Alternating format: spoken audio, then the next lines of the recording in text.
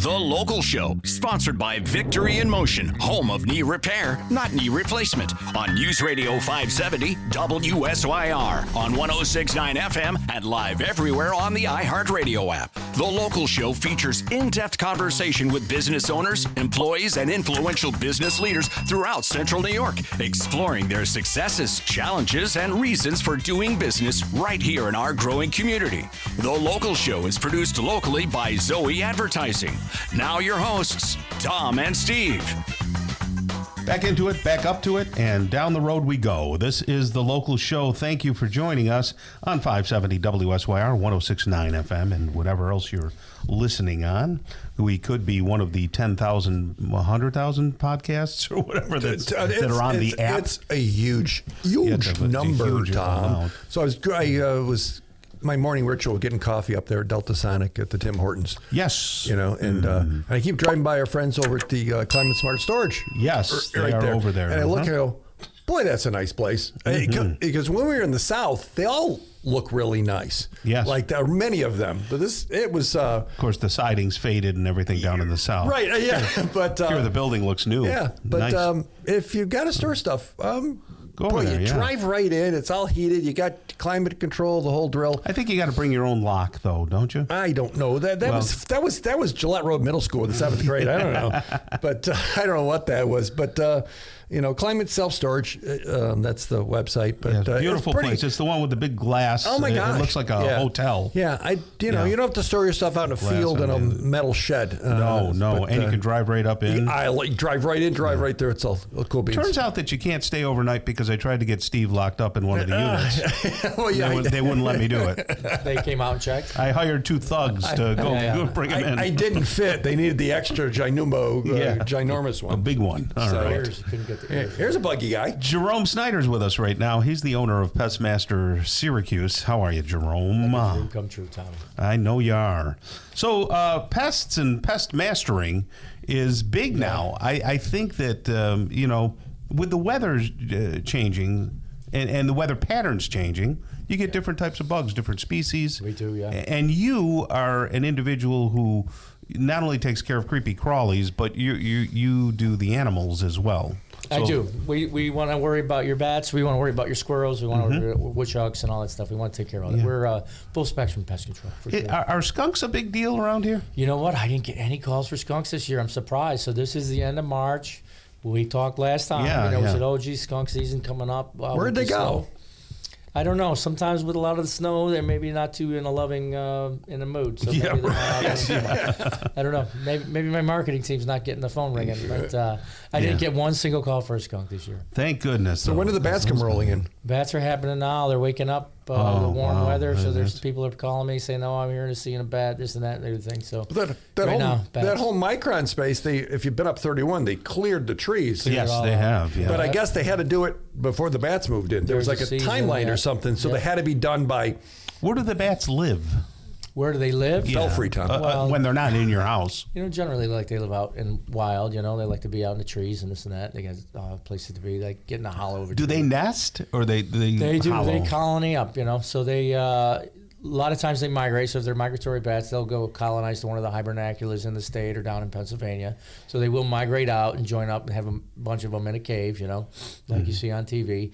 But a lot of times they find it in your attic, that attic's kind of nice. They get in there. They are the creepiest critter ever. You get up close to them, it's like a mouse with wings. We had one several years ago. One of the neighbors up at camp had one. Right. And older, she said, "Can you come help me with that?" So. They're hard to control. And I'm like, so I walk in there and it's on the wall. Yeah. And it's just hanging. It's like I'm a pancake on the wall. Let's see. So I got a fishing net because, I always have a fishing net. And I got it out and it did the deal. But they're so creepy looking. Yeah, so if you get one inside, this is, you have to say this, public health. Yes. Public health. You get one inside while you're sleeping or something like that, or tearing around where there's a little kid in the room or somebody really can't talk or something. Mm-hmm. You have to get that bat and you have to euthanize it. You have to take it to the health department up on Route 31. Yeah. And they'll test that thing and see if it's got rabies in it. And, less than 2% of bats have rabies. It changes every year. The chance of you getting rabies from a bat, very, very low. But if you get it and you don't get treated, it's 100% fatal. Yeah. So public health announcement, if you get one that's tearing around, if you see it and it's there, not a big problem. But call the health department, and depending on where you're at, they have a higher implication, a higher risk level in different areas. And you know that more than I do. Sure. So you get a bat inside, you want to get it, you got to euthanize it, you got to take it up to Route 31.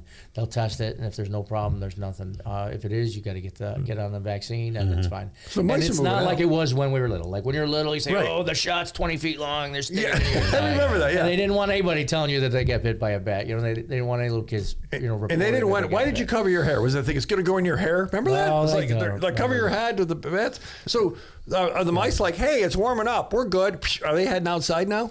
The mice are in and out. They do what they want. Really, the mice are kind of, if they're commensal and they're inside the house, then that's where they like to be. And if they're out there running around, and they tend to find a place to come in, they're kind of all year round. And you can take care of them. You can get them out of the house We for do people. mice. We do bats. We do all that stuff. All that stuff. So squirrels too. Yeah. Squirrels too? Definitely. Yeah. Rabbits have been abundant this year. And we were just talking with Greg Porchline over at Bartlett Tree. Yep. And he said that there's an awful lot out there eating bases of trees and things like that. They are. Rabbits are a little tough to control. They don't like to go into a trap that's had anything into them. They're challenging to get a hold of. They're pretty smart animal. Their noses are fantastic. So if that trap smells a little fishy, they're not going in it. I saw a video. Of this And there's last- nothing you can bait them. Like there's nothing they want. They like the grass. So you don't really get rid of rabbits. I will tell you, I don't do too much with rabbits. Okay. Rabbits. Rabbits, okay. People call me for rabbits. I kind of go over and do my best with them.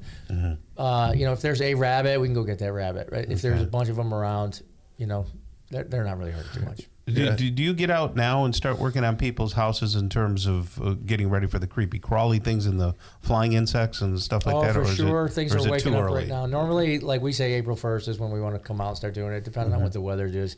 But yeah, I have monitors out right now, and everything's kicking up just with these last couple warm days. I talk about repetitively on the show that bounce, So if you have a hard winter, everything's kind of suppressed, and then when the sun comes, they go on over time. We talked about with the smoke fires, that, the smoke fires press down all the population of the stinging insects, and then when the smoke fires cleared, boom, Bada it was bing, on rebound, it right? came out. So winter, same thing, that, everything was so cold, we didn't get. Normally we get, and I've said this on the show last year, normally we get some calls for ants in February, that end of January, February, we get some carpenter ants calls. We had one this year, one carpenter ant call. We didn't really see that, so I'm expecting all that stuff to come soon now that the winter's kind of releasing its grasp. But my monitors that I have out now said the beetles are showing up, the spiders are getting active again, everything's kind of kicking up now. So how do people prepare now? What should they do? You go call the office there, 315-598-4046. We have a special going on right now. If you sign up, I don't know what the date is, probably April 1st. We waive that initial $420 fee, and it's just a monthly payment all year round, depending on what you want. That covers most things? We have one program, it's just bugs on the house. That's the home service. We got Homes Plus Mice is the Home Plus is the bugs plus mice. And then there's the Home Complete is your bugs, your mice, and your mosquitoes, fleas, and ticks in the yard. Did you drop off any more woodchucks at my mom's place? Because they seem to really like my mom. I haven't seen them over at your mom's place.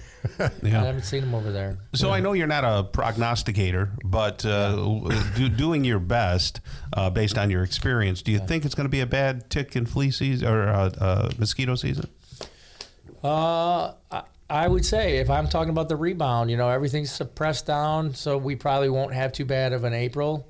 But when May, June comes, I would expect a lot, especially with the ticks.